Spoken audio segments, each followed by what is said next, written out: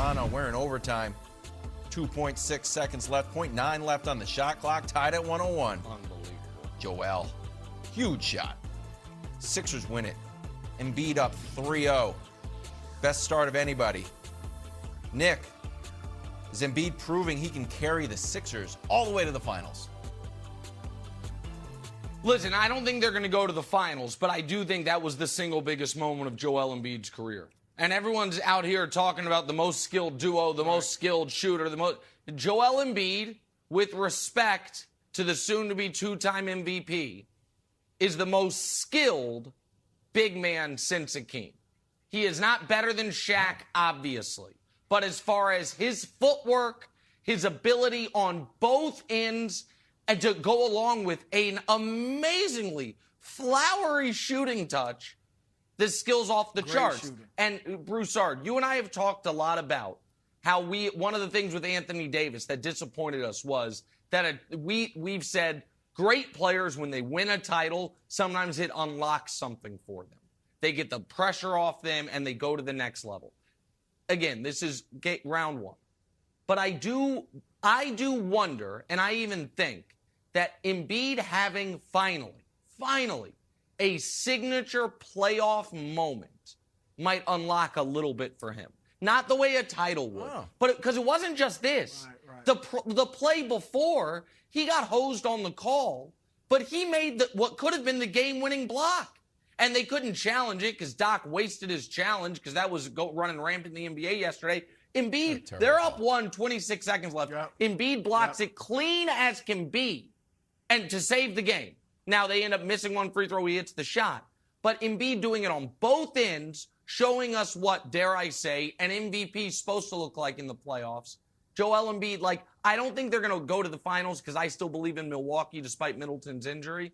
But I think this is a seminal moment in Embiid's career. Well, and look, Nick, they're going to have trouble with Miami, too, in the second round. I mean, that's going to be a war, and so we'll see if they even survive that.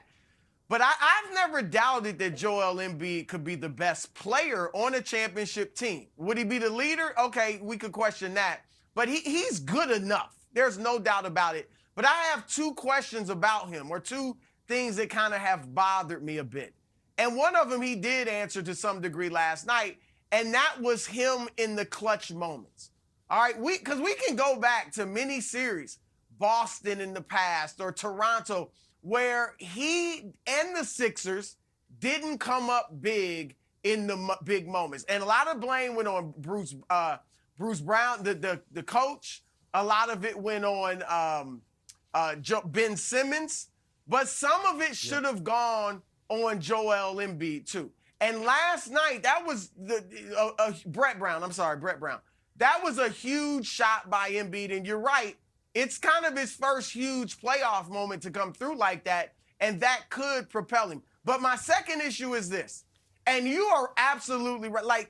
I love Joel Embiid's outside ability. His mid-range jumper is among the best in the league, and he is a good three-point shooter. You want him on the block. But I want him down low a little more because he is leaving meat on the bone. He's leaving meat on the bone. Look, seriously. And you heard Charles and Shaq talking about it on TNT. Yeah, I'm not saying I want him down there. Well, I'm not saying I want him down there like an old school center 90% of the time. It's fair. But I'm saying go down there more than you do because you can get them in foul trouble. He is the biggest player on the court by far. Why isn't he used that more? He's floating around at the three-point line late in the game, and even the game when I don't want to take anything away from him, but that's one of those just throw it up, don't have to think about it, just put it up, and if it goes, you're great. It's tied, not a big deal if you miss. I would rather see him down there on the block more because there's no one in the league that can stop him, and then you support that with your mid-range and your three-point. Then you're truly unstoppable, Wilds. Wilds, let me just build off that real quick, and I'll throw to you, Wilds. Just what Brew was saying there, I was kind of laughing because it is what Shaq and Charles, you'd have thought, or certainly from Charles after the game, that the Sixers had lost. Charles was like disappointed in Embiid. He's like, I don't know why he's taking all these threes. I don't know. It's like, dude, he just hit the game winner. Charles was upset. And there is a bit of, now in back-to-back segments, 90s nostalgia when men were men and defense was played and you hit people and you went down low. You know what they say. Said, I understand. With that said, I can tell you there has been, what Brew is saying is felt at times within the organization in Philly. That Embiid is so skilled, and sometimes he gets a little wrapped up in showing how skilled he is, as opposed to like, you're 7'2", you're 270, whatever he is. The Raptors have nobody within 60 pounds of you. You probably could just, do a drop step dunk 13 times a game. So I was laughing with Broussard, but I do think there is maybe more of a happy medium. But it's, the flip side is in the playoffs when they're not going to call as many fouls, is sometimes those are harder plays to run. And Embiid's just floating around, hitting jump shots, hitting game winners. I mean, it seems to be working for him.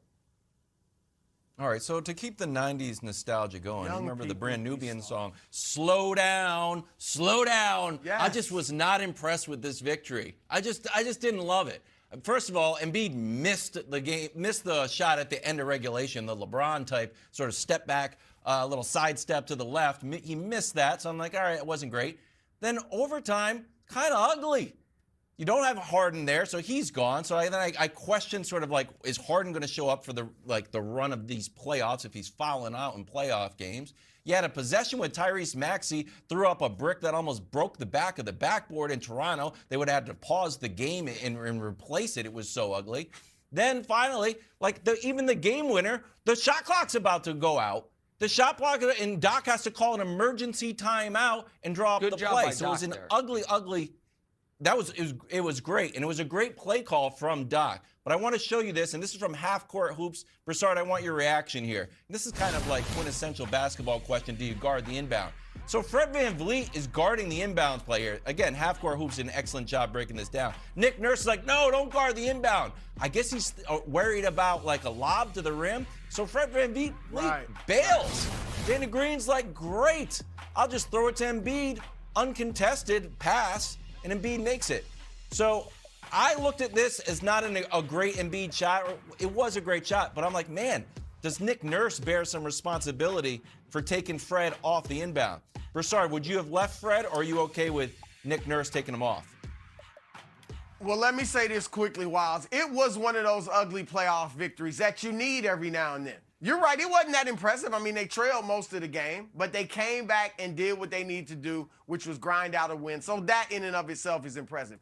Yes, if I would have kept VanVleet on the inbounder, because you just distract him a little bit. Maybe Embiid's not able to catch it right in his sweet spot, and that throws him off a bit. So that's why people put guys on the inbounder. Not that they're going to steal the ball, but just to distract them a little bit. So I'm with you on that. I totally agree. Wow, Nick Nurse. Looks like you're not going to be the coach of the Lakers after that play. Hey, Debo, where are you coming? The Patriots?